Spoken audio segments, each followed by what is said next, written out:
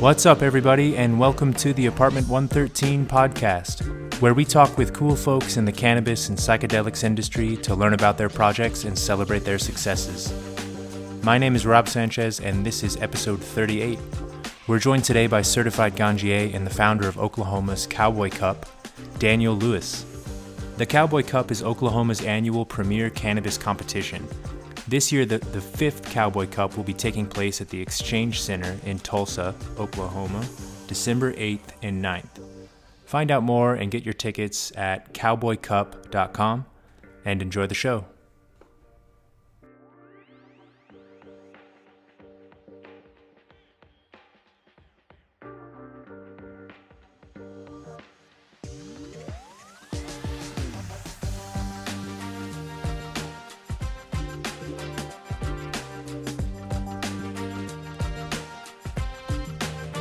Daniel, thanks for joining us today, man. Good to have you on the show.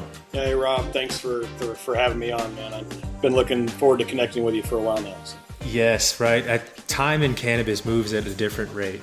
I feel like everyone's running so many projects and I'm so motivated to get things done and cross goals off the list that connecting can be a game in and of itself.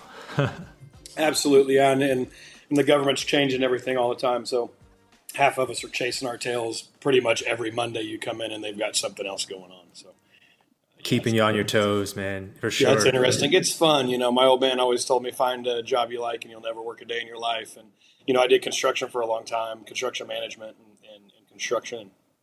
I thought I loved that until I started doing this. And I was like, oh, no, this is what he was talking about. It's been an adventure, you know, and it's been a bunch of fun over the past 4 or 5 years for sure. Yeah, let's rewind the clock a little bit there. And as you were kind of finishing up your time with construction and the cannabis industry was becoming a reality in Oklahoma, how did that vision kind of take shape for the Cowboy Cup? Or did you start at a different area within the cannabis industry? No, man. And so going back to 2016, a really good friend of mine, my brother from another mother, if you will, but brother of mine, Wade Tyler, was dating a girl at the time that was the the vendor coordinator for the Emerald Cup. And so I had the pleasure of going up and working for the Emerald Cup, hanging banners and cleaning up and really just kind of doing grunt work. We didn't do a whole lot. We did a whole lot more weed smoking than we did work, you know, volunteering at events goes. Speaking of which, we've got some volunteer spots opened up at Cowboy Cup. Send us an email. Anyway, but we were down there and just kind of helping. And I was just, at the time, it's 2016, and we'd smoked weed a long time, and I'd been to Colorado, and I've spent time in California. So, you know, I've been to like Covelo and some of those other places doing trimming. So I've kind of seen the bigger side of commercial weed back when it was really still medical in California. But we get there, and I'm walking around, and I'm seeing everybody having all this fun, and I had the thought, it was me, Wade, and a friend of mine, Jason. We all three lived in California together for a while. And I told them all that night back at the hotel. I was like, man, if they ever legalize weed in Oklahoma, man, this is what I want to do. You know, the weed was cool, and you know, and going to see the big display cases, and it has all the championship nugs in it, you know, and just all the weed porn, if you will, and the fun that came along with that. And then of course Emerald Cup, you know, did it the best for a long time, and we had a blast. And so it was kind of just a fun thing to talk about, you know, like, man, that's super cool. Could you imagine your weed seller, you know, if you had, you know, whose weed is all that? Oh, that's Tim Blake's weed. But anyway, and so I had a bunch of fun doing that. And 2018, I believe it was October when the vote passed. I think everybody in Oklahoma that was into cannabis was gathered around the bar, gathered around their table, talking to all their friends about, you know, what are they going to do? You're going to open up a dispensary, process, or grow, you know, and a lot of people did. I mean, we're talking, I don't know what it was getting pretty damn close to 10,000 all told, between dispensaries and processors and growers. The license count ballooned. Their license count, yeah, there for a while. And so we sat down, and I sat down with a friend of mine, and I told we were talking about doing a grow, and I'd already done all the numbers and had the building all, you know, estimated and all that stuff, and had a pretty good idea what it was going to take to get started. And a friend of mine, he was into advertising and stuff like that, and we talked for a while and really couldn't couldn't figure it out, and didn't really pull the trigger on either of them. And so about, I don't know, it had to have been 4 or 5 months goes by, and I walk into a friend of mine's office, God rest his soul, David Beers, and he said, "Hey man, we talked about it months before." He goes, "Are you going to do this weed competition thing?" And I'm like, "Man, I'd really like to. I think it'd be something really fun to do." And he's like, "Well, let's do it, man. What do you need out of me?" And he had an office downtown, so I moved into his office downtown, and we kind of got started going with Cowboy Cup 1. And I love now, it's a lot easier to get vendors once you've thrown a few of them, and they know that you can do what you say you're going to do, basically, and put asses in seats and put people in front of their booth. That first one was a lot of dreaming. The first year's selling. A lie, right? It's like you go out and it's like, here's this, I don't know what to charge, and it's basically a pipe dream trying to get money out of people that on a promise. But we did, we ended up getting a few and filled up one big tent the first year, which is the first tent you walk into coming outside at the Tumbleweed, and put the stage in there and did all the awards in there, and really had a blast. And year 2 was much bigger. Year 3 was massive. That was probably our biggest year for competition. We were well over 400 entries. But that's really kind of the peak where Oklahoma was really peaking out before it, all the big laws started taking effect and kind of starting to weed people out. And there were so many dispensaries. Gosh, there was 40 of them in Stillwater, I think, at one time. God, we've probably still got 30. Wow, that is highly concentrated. Yeah, I think you see that kind of peak now. And so it's been fun, and now we sell out every year. We sold out year 3. We sold out last year with about 8 weeks to go. I imagine we'll do it again this year. We've got more room, so I don't know if we'll sell out or not. We may just expand a tent because we've got so much more room this year. But yeah, it's been a great ride. We're just trying to do. I set out to do something that was ethical and as blind as we could do it, and something that was worthwhile when you win a buckle. So many people say it about me every year, and they're going to keep saying it that, "Oh, how much did they pay for that buckle?" And because we do buckles for our awards, but yeah, how much did they pay for the buckle and this and that? And it's never happened. It doesn't make good business sense, to be completely honest. I mean, that would get out, and as soon as somebody buys one, all the rest of them aren't worth a shit, and then I'm not going to throw an event anymore. It's basically a house of cards if you do that. Yeah. Yeah, let the haters say it. Last year, we had Ganjier in, and it's a competition. There's always got to be some kind of controversy at the end of it, and everybody wants to win, right? Everybody wants to win, and and that's I'm making about 50 or 60 people happy, and I'm pissing off about 300. So the very nature of competition happy, at times. Yeah. But now the competition's so big in flower. If you're in the top 25, you've got the best weed in Oklahoma. That's just all there is to it because all the stuff's so good. But yeah, I don't know where I was going with all that. No, yeah, it's excellent to hear a little bit of the background and kind of how it's ramped up for you over this half a decade, man, running the event, and hearing that it kind of started from just a dream or just kind of a conversation on a drive or on a trip up to Emerald Cup. That's perfect, man. Planting that seed, and all it really takes was. It really was. And you look at my cup; it looks a whole lot like Emerald Cup for a reason, And I've never been shy to admit that. I've had some inspiration. People tell me, "You shouldn't tell people that." And it's like, man, I didn't invent it. Tim Blake probably didn't invent it either, but he did a damn good job perfecting it. He's doing a great job with the Emerald Cup. I went up to my first one there last year. Not the awards, just the event in Northern California there. And it was a good time mixing up with all the farmers and getting to try some really quality product as well. Yeah. I think a bunch of fun. The Cowboy Cup being based on any other conference or competition, that's the winner right there, because it has been some of the best like networking and kind of community smoke sesh kind of vibes that you can find in the industry. Right. And I think everyone was so fast to build businesses, to sell and to make products and to brand and push their products and push the space further. But we kind of forgot at times about consumption and about bringing everyone together and throwing those events and celebrating connoisseurship, elevating quality products over the mids. Back in the glory days, at least, if you found a really good supply line or someone that was growing just primo product, like that was elevated and sold out constantly, and in the inverse of that, if you found someone that was selling garbage, didn't call that number anymore. Right, exactly. And I think now the you have industry, a choice. Exactly. Now you got a can choice. find your way up the ladder. For sure, and that's really what the cup's been about. It's just marketing. It's an advertising tool for everybody, and so that's really what we focus on is how good can we do media wise? How many places, how many events can we go out and touch people and get them to come to the event just to get in front of our vendors and sponsors? And so, we do Rocklahoma every year. We do Born and Raised. I mean, just the list goes on and on. And we've been able to partner with some of the biggest names in media here: Oklahoma Gazette, KMOD, iHeart Magazine.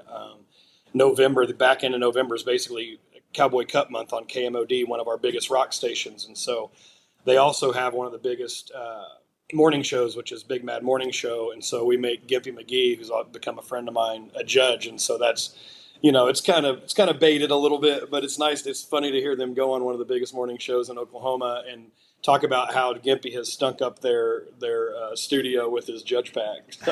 How he's but that's still what working his way through it. Yeah, but that's what we're trying to do. Herbage Magazine, and we're in Cincy Magazine. We've been on the cover of all of them, and it's just an effort to really, it's asses in seats. I get to grow with my sponsors and stuff, and so that's kind of a fun thing with what I do. But it's really about the vendors and sponsors and trying to get people out there for them, and make a good competition. So it's not only building that competition, celebrating quality, but allowing the industry as a whole to network. Allowing media outlets to learn about connoisseurship, to kind of witness the events, and to kind of be ushered in, right? Not have to just show up and and I think it helps it into the mainstream too, to be able to get on air like that to that many people and ask questions and just kind of be up front and let people hear about it. So. Right. Yeah, the Cowboy Cup was the first judging experience I've had, the first formal judging experience that is. Last year. So I did enjoy greatly kind of giving all the jars that initial aroma check and building my top five, Yep. And then kind of shuffling those top five for a little while. Yeah. And finally rolling calibration. I always tell all the judges, open them all up real quick and just get your 1 to 10, and then you'll find out real quick which ones shine. Yes. Yeah, definitely some like jar jumping terpenes, some kind of arm length aromas that are always great to find opening those jars. I'll tell you a funny story. I was at Ganjier training and I was talking to Kevin Jodry, he was doing some talk. Kevin was doing some talking and he explained it best. He was like, all right, guys, look, if your buddy walked into the room and as soon as he walks into the house, he's got a bag of weed in his pocket, you can smell it as soon as he walks into the room. That's a 10. Did he have to walk up to you? That's probably an 8, and so on and so forth. So, but yeah, it's neat that you said that, the arm reach thing. Right. You can smell it before you can see it most of the time. Yeah. How did you get tied in then with the Certified Ganjier program? Was it through previous connections or did you find the program first? Yeah, so Patrick King, Soil King, sits on the board. He, like I said, my buddy Wade's known him for quite a while, just through Emerald Cup, and he lived in that area. And so he and I became friends, and so he sponsored a couple of years and has been up for the past 2 or 3 years, and had booths. And so him sitting on the board, I think he went to Kevin and Swami and some of those guys and Derek and just talked about, hey, this is a good opportunity to come down there. I felt it was a good opportunity. We want to have the best cup in the nation, right? We want to have the most educated judges. We want to do all this, and so I thought that it would be neat to have a panel of judges up here that knew what they were doing. A lot of people think that Swami and Kevin and these people that the Ganjier leaders, the Ganjier board, judged last year. They didn't. They brought up 12 or 15 certified Ganjier students, right, and they were the ones that actually did the judging. But it was all tied in through Patrick, and I appreciate Patrick. But that's kind of how we got the tie-in with Green Flower and Ganjier. I see. Awesome. Yeah, shout out to the Soil King there. A future episode with his name on it here. Absolutely. No, it's excellent to see the communities come together, and it definitely is a good way to promote quality and to promote the program by having passionate folks with the Certified Ganjier status weigh in on the products. I think if there's one thing that's consistent across all the Certified Ganjiers so far, it's that level of passion for the industry. Sure. And for the community. It's unique about any certification, I think, for sure. Yeah, and I got to learn a lot while I was up there, and it's a building program, and what's neat about it that I see, is not only when they go up there and they do the Ganjier stuff, they have really built a neat community online and via Zoom where they will not ship product around the country and do, Right. they'll actually do assessments together. And so that whole team is always working to kind of hone their, their, I just used the word assessment skills. Their assessment, and how well they're all doing it. Like what's a 7 and what's an 8 for a Ganjier, not having a bunch of people around the country scoring. This is an 87 over here and this is a 97 over here. Calibration is the word I'm looking for. So they use these meetings to really work on their community calibration. Right, which is definitely important on something like that, as it's easy to just go head over heels on a strain and be like, oh, this is 100. But you do have to be reasonable, right? That 100 doesn't really exist. That's a mythical 100. And there's always something that could be better. Just like the competition, you don't want somebody being able to go, hey, here's $500 for you to give me 100 so I can slap this sticker on my, on my stuff. It's not worth a shit anymore if you do that. Yeah, right. The first few weeks maybe, but then when word is out, vendors are gone, right? Yep. So you heard the whole controversy. They failed a whole bunch of outdoor for mold and contaminants, and it was moldy and contaminated. There was a lot of false information that went out there. I think they said that I was sponsored by Curaleaf, or somebody said all my judges were Curaleaf judges. I'm glad they think. Oh man! Big, so they struck but at anyway, you. It was, and there's always going to be controversy. The lab failed most of the outdoor the year before, and so this isn't anything new to competition. It's hard to grow outdoor. It's really hard to grow competition outdoor. And when you have Ganjiers in there with digital microscopes digging in deep, and they find a bunch of bug poop or mold or whatever, it's really hard to tell them to smoke it and judge it.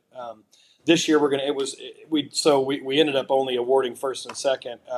In hindsight, I think this year we're doing it different. If they find contamination, which I've already got an email that's found mold, they are to judge what they can judge on appearance and whatever. But you sure can't taste it, so you can't smoke it, and so you're just zeros from there on out. And I guess if this year, if they want to turn in a bunch of outdoor that's got a bunch of crap in it, that's low scoring, I'll just third place and second place will go to the ones with the least amount of mold, I guess. I mean, if that's what we're doing, I don't want to, I would never want to hurt the sun-grown industry. And that's what hurt me so much afterwards was, if it is what I'm doing, hurting the industry, not helping the industry.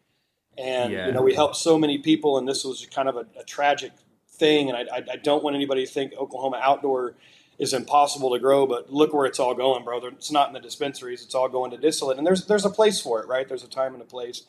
And then you got to get into this, is outdoor medicine, is indoor medicine conversation and conflict, which is always really hard too. So there's several seasonal variables in Oklahoma that make outdoor sun-grown unique. I think it's a little bit more difficult season. I mean, I was talking with a grower out there that had grasshoppers that basically covered the plants, and you just kind of knock a branch and they just swarm off it. It's kind of wild. So some of the pests and some of the like wind-borne mold, things like that can really affect the flower, as well as that high humidity later in the harvest. Yeah, and it affects everybody. People have been dunking plants in the middle of the night for a long time. Yes, There's video evidence. It happens. You don't got to dig very hard to see that going down by some of the best names in the industry. But it's a hard thing to do. But when I ask somebody to come in and do their best to scrutinize the best weed in the country, I mean, that's what they did. Yeah. It's kind of in any process, you start looking at, if you make anything better in that process, it's going to start pointing at other parts that maybe need to be better too. So I think improving the assessments, maybe improving the expectations, and maybe improving that bar as well for what's submitted. Yeah. But I do have really high faith in sun-grown and outdoor flower as medicine and as rec. I really enjoy the kind of waxier, terp-heavy feel and the smoke and effects of outdoor flower greatly. It's very hard to find in Las Vegas. Yeah. And I've been on some beautiful outdoor farms, but they're all, everybody's fraught with problems, but the stuff they do get, ends up being the best. There's no doubt about it. So. Yes. Yeah. Or if they're able to to run anything safely or keep it healthy all the way through, for sure. Right. Yeah. Some of that terroir probably takes a little while to develop, I imagine, Sure. but Sure. Yeah, and maybe not out here, but out here too. I mean, you put a plant in the soil, and it's got a terroir, and it is what it is. I mean, it's just where it's grown, right? So, yeah, right. It's unique to that. It's unique to northern Stillwater, Oklahoma, right? Right, exactly. But at the same time, and there's a lot of people. There's weed that's been growing here for a long time, and I think that there's a lot of people working towards that stable strain that has the the bug defense and the disease immunity, and it just takes time to work it in. So, and I think people are working on it and doing better at it. So, and I'm excited for them. I want them to, and I want sun grown in the competition. So. Yes, I think it's an excellent category. I know I definitely want to see it sticking around, and hopefully it grows over the years as like home grow takes off more, and more people get into appreciating the differences between sun grown and indoor. Yeah, I think absolutely. the industry, a lot of people do already, I think so. Yeah, right. There's already this preference when you see that sun grown label or it's from outdoor flower. There's definitely a passion for that, I think. And like the 100%. markets overall seem to take a little while to learn more about cannabis before they're ready to say, oh, well, we want outdoor or indoor. I think everyone always just wants the highest THC first for a year or two, and then they get over that. They get over that and start learning about terpenes and get into outdoor flower and concentrates.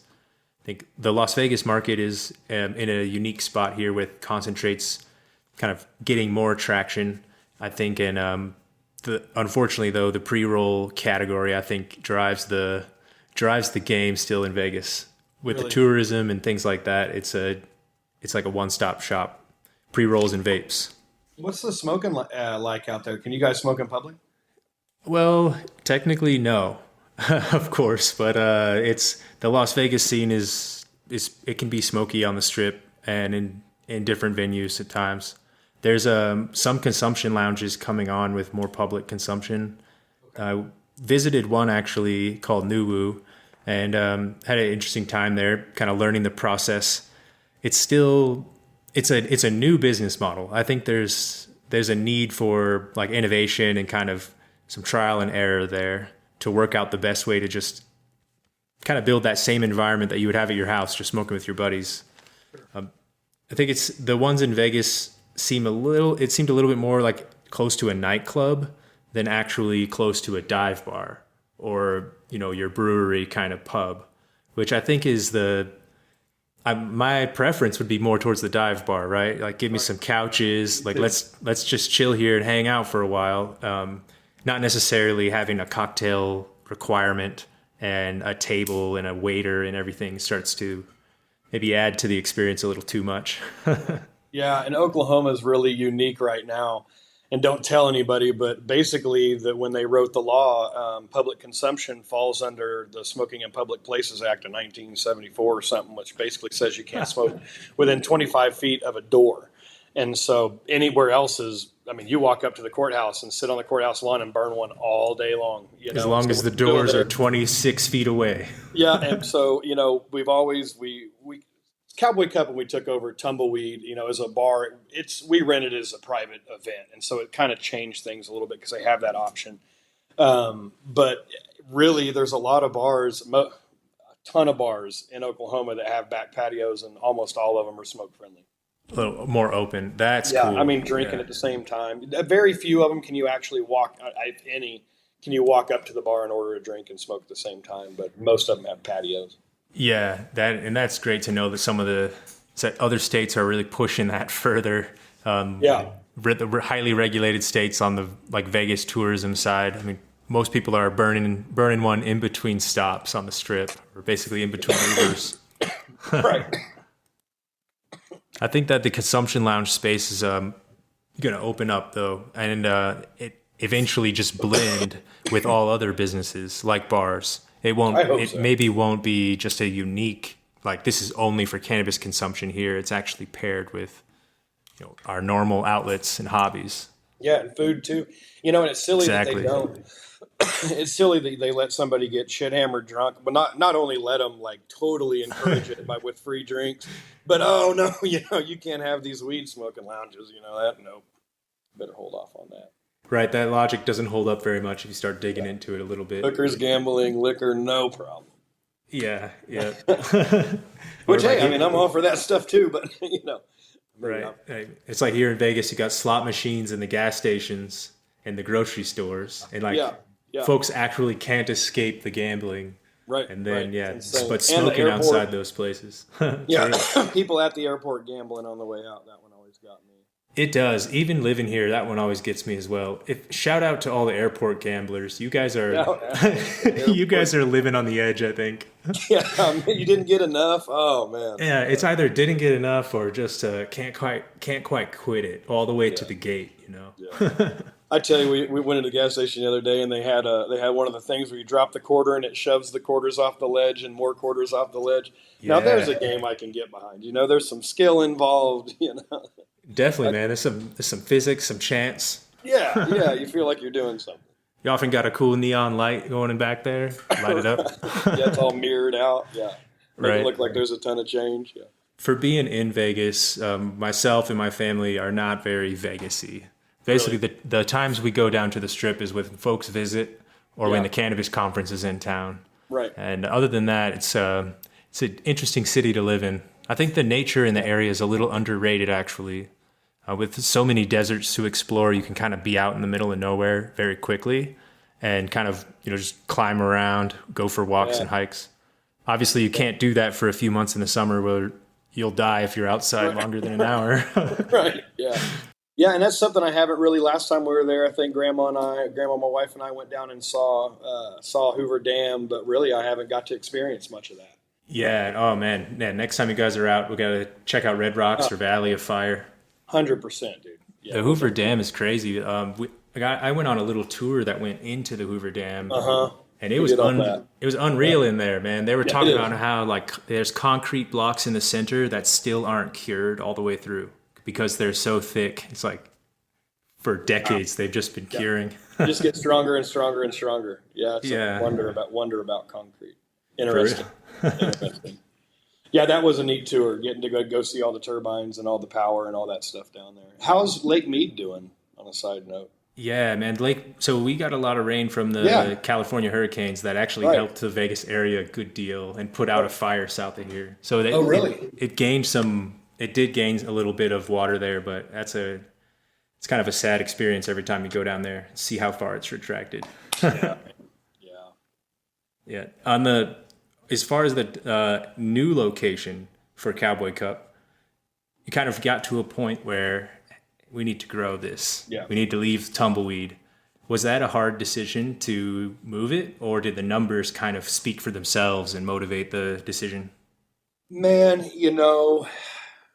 that's a hard. You kind of hit on a lot of stuff when you go thinking back. It's really hard to do. Kerry McBride and those guys, I couldn't have done it without them. I said it every time I was on the stage. They made my life so simple. I was a construction guy. I didn't know how to throw events. Well, they throw big events. It was no big deal to them. And so, I was surprised how many times I asked Kerry, hey, man, you got this? Yeah, man, I'll go get it for you. Hey, man, I need this really bad. Yeah, dude, we got you. No problem. Just if you need something, just ask me. Oh, cool. So, they really made my life simple as a fledgling event coordinator. And it's a Stillwater place. We have an office in Stillwater. I'm sitting in Stillwater right now. And so it was really neat to have it right down the road, and I can go back to my house at night. But it made it hard, I would think we outgrew it for vendors, and it got really hard to control. And something that we really like to do is make sure that all our vendors are comfortable and get what they paid for, 100%, 120% get what they paid for.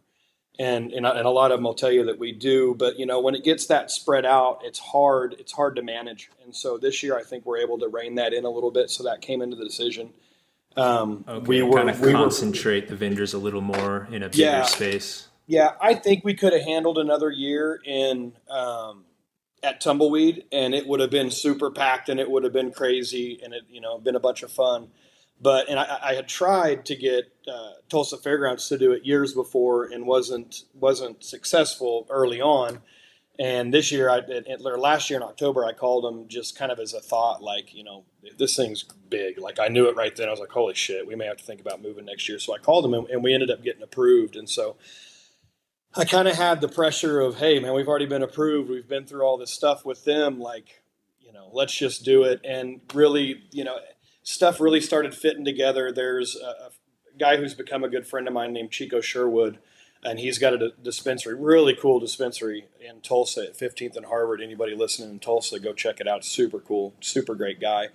That dispensary sits right on the corner of Expo Square. So Expo Square is here, and just northeast of that on that same city block is this dispensary. And he's basically given me carte blanche with the dispensary. So we've got Cowboy Cash this year so that all my vendors and sponsors for free can go drop off product up at the dispensary, and they'll just drop it off for $1 or whatever it is. They'll penny it out to them. Yeah, and they'll get a great. Cowboy Cash coupon. They'll bring a stack of coupons. If they give us 100 pre-rolls, give them 100 coupons. They give that out throughout the event. We'll have a shuttle going back and forth to the dispensary. Obviously, people can just drive over there, really walk over there too. And we'll give them for a penny a piece. We'll just, we have to have a transaction, but basically, you can't at an event. You can't give out weed to you can't go business to consumer, right? Right. So it just gives them a legal means to go do that. With that tie in, and we go over there and we see all the opportunities, and they've got classrooms and really nice facilities, and they said we could have the big parking lot that's all on concrete and power and everything. Oh wow! It's really a step up on the scale. It made it a whole lot easier. So I talked a little bit about still trying to kind of having to up the vibe a little bit because it is an expo center when you walk in. We do have the big tents outside, but I think it'll be fun. It really, at the end of the day, it was a pretty easy decision. The data made the decision at some point. It did, but it was bittersweet for sure. Of course, yeah. No, it sounds like it's going to be a hell of an evolution there and a good time. Really filling out the fairgrounds and bringing a cannabis event to a fairground. Yeah. In a place where like the state fairs are happening, right? Everything else for the state and the cities going on throughout the year. Why not cannabis? I think it puts it right in the mainstream. It's awesome. Yeah, and hopefully we can go in and show them that we can burn the place down and not burn the place down. Right? And everything will be all right. And the smell will go off, and it won't be there tomorrow. And everybody will, you guys can go on about your business. But we've been nothing but found with open arms with the Expo Square, and this is something they do all the time, so it's super easy. I've got a lot of access to a lot of stuff, so hopefully it'll go pretty smooth, and that'll show through, and everybody can have a good time. We don't want big long lines. We don't want people waiting for stuff. We want you to be able to get in, find a killer comfortable place to sit in one of our umpteenth lounges and roll a joint that you've just gathered up from somebody and try the best Oklahoma has to offer. So yeah, right. It's kind of issuing a challenge to all the attendees. It's a bigger place to smoke out. So gotta burn this place down. Yeah, gotta come ready to go. Yeah, man. The blue tent last year was insane. Like I walked in there and I was like, no, I got to get out of this tent. Like it was cloudy. I don't know how people were walking through it, to be completely honest with you. It got pretty fun there for a while. Right. It's sometimes you can walk through those hangars or halls and you're like, there's no way this will get smoked out. And sure enough, by Saturday night or Friday night, it's like, damn, this is a 30-foot ceiling and it's smoked out in here. We found out last year, or actually a couple years in a row, we found out that contact high is a thing. It is. If you don't smoke weed and you walk in there, it will ruin your day. You're going to need to sit down for a while or find a quiet place. Yeah, for a few hours. I've seen it happen. And it was like, what happened? Did he overconsume? And they're like, no, dude, that dude doesn't even smoke weed. And I'm like, dude, how much did he drink? They're like, none. I was like, oh, get the fuck out. He just went from the front to the back. Right. He just was in there too long. Well, and joints and stuff like that are one thing. But when people start ripping dab bongs and it starts getting concentrate, I could see how. Yeah, you're walking through a cloud. It could be pretty potent. It was a cloud for sure. So the Cowboy Cup buckle, picturesque, man, and rodeo-esque as well for Tulsa and for Oklahoma. Was that always in the cards, or was it an idea that came to you later? Oh hell yeah! There's a friend of mine. So this is the new one. Awesome. I don't know that this is really out much, but so it actually has the category on the buckle as well as the year. That's sick. Yeah, and so you can see they're all hand engraved too, so no one's alike. I've got a whole stack of them. This will be a fun picture. But we've been working on all the bases this year. So oh, nice. Dude. I don't know how I'm turning that right, but For the listeners here, seeing the whole countertop covered in about 12 of these hand-engraved, category-specific Cowboy Cup winning belt buckles. So this is a bunch of news too. So the new Spurs this year, they're fully adorned all the way around. That's a first. Past few years, they've only been done on one side. So those are done. And then Spurs. Are those an award, or is that for? It's second place. I see. Okay. Second place. I wasn't aware of the second place award. That's sick. And let's just keep going. So this year we switched to the bolo tie for third. In keeping with the theme. Oh, of course. Yeah. Of course. Let me see if this is one. So in previous years they were stamped. They were kind of cheap. They were like little toy things. I mean, they were nice. They were heavy. They were real bolo tie. But we had my buckle company do them this year, so all of them, again, hand engraved, nice, one of a kind, and then on the back, they've actually put the place on it. So that was very cool. I'd have to dig if I don't have them in this box, but we're doing Sheriff's Badge for Grand Champion this year. It's like a 6 or 7 star badge with that big ass weed leaf in the middle, and it says Grand Champion Sheriff Cowboy Cup 2023. Yeah, it'd be much fun. You got to do something, right? And to be completely honest, everybody's like, man, those buckles, they got to cost you a pretty penny. I'm like, have you priced a trophy? Trophies are $150 for a trophy. Like, these are way cooler, and I get them for about the same price as a trophy. Right. And before we move past that, what does the Grand Champion require to win that Sheriff badge? Is that the most points or the most wins in other categories? Right. And so it's funny. I've never really put it down on paper. It's been a decision that my team has made. We kind of look over all their wins and see. And yes, I think to a degree, yes, it's how many points did you get? Some of them that enter several categories and do really well in all the different categories. Altum's always done. They've won 2 years in a row, and they didn't win Indoor Flower last year. Skyflower did. Excuse me. Skyflower did, but they did win Infused Pre-Roll with this gorgeous something like this. This live head covered rosin infused joint. They had two or three in the top 10, and that was one of the hardest decisions to make, was that one. And so we gave it to Altum again last year. It's been just kind of a President's Cup, if you will. I see. My choice and the team's choice. We sit down to see who we think really brought the heat this year, and that's who we give it to. That's excellent. Yeah, and every year you've had basically new businesses start to contribute. Have you, or initially when you got the cup started, did you go like to every dispensary and kind of reach out to the industry overall, or was it all word of mouth and kind of built up slowly? It's a mixture of everything. It started out kind of boots on the ground, going to some of these just going to as many events as I could and talking to people. I got with Herbage Magazine there pretty early, James with Herbage, and started doing some stuff with him. My wife, she always gets mad when I tell everybody this, but I'm going to do it again. She's Associate Dean of Outreach for the College of Arts and Sciences up at Oklahoma State. So she's got an advertising media background. And in planning all of Cowboy Cup, we always knew that it was going to take having the media behind us. The more media press we can get, the better off this is going to be, and trying to use all those contacts. And so I did that as much as I could. First year was pretty slow, but we just kind of kept building. And I think word of mouth got out that it was the best event of the year, the first one, as far as what was thrown in Oklahoma. And we've won several best event in Oklahoma awards since. We won another one this year. And so I think awesome. Word of Mouth had a lot to do with it, but we take event overall, huh? Yeah. Good. Sweet, dude. Cannabis Congrats. event. Number one cannabis event in Oklahoma. Yeah, that's awesome. Take home the title this year too. Yeah, I want to win stuff, man. So we go to Harvest Fest, another fantastic event that happens in Oklahoma. And I think it happens in September. We just got back, and I was reigning fastest joint rolling champion. This year I got beat, but he didn't beat my record. So what's your time? 16 joints in 4 minutes and 20 seconds. So there's plenty of room. Some fast joint rolling right there, man. Not bad. It's not bad. But I am proud to say that the team and I did take home the win in the belly flop contest both Friday and Saturday. So that's the true win here. We should open the podcast Funky with that. Dave for the win. Yeah, we did the totem pole. You can get on Instagram and look. I got on my we call him Funky Dave, his shoulders, and we did the totem pole belly flop, and I think he did a taint drop the next day, naked taint drop for the win the next day. It was a bunch of fun. We love that place. That's awesome. But I'm all for the competitions. And when we go in hard.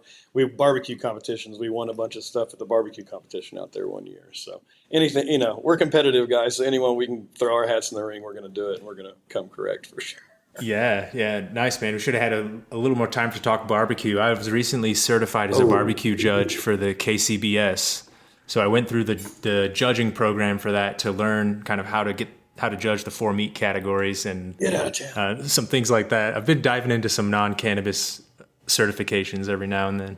Dude, I went on that podcast, man. When are we going to talk about that? We'll have to do the barbecue one next. Yeah, shit.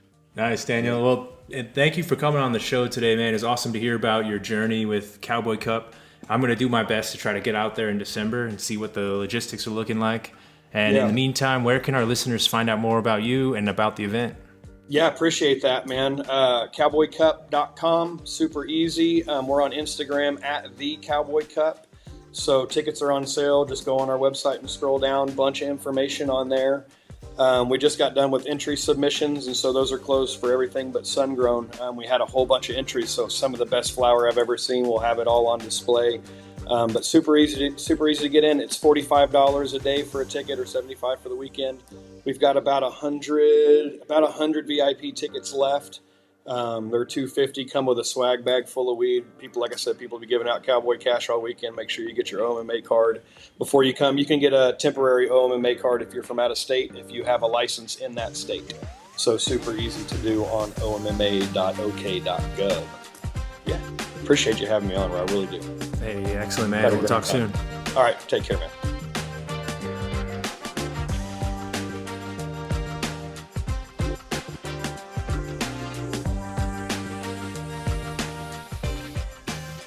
Thank you for listening to the Apartment 113 podcast. For more information about the show, along with our services and courses, visit apt113.com.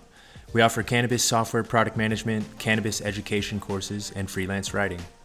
With over a decade of experience in the cannabis industry, Apartment 113 is here to help.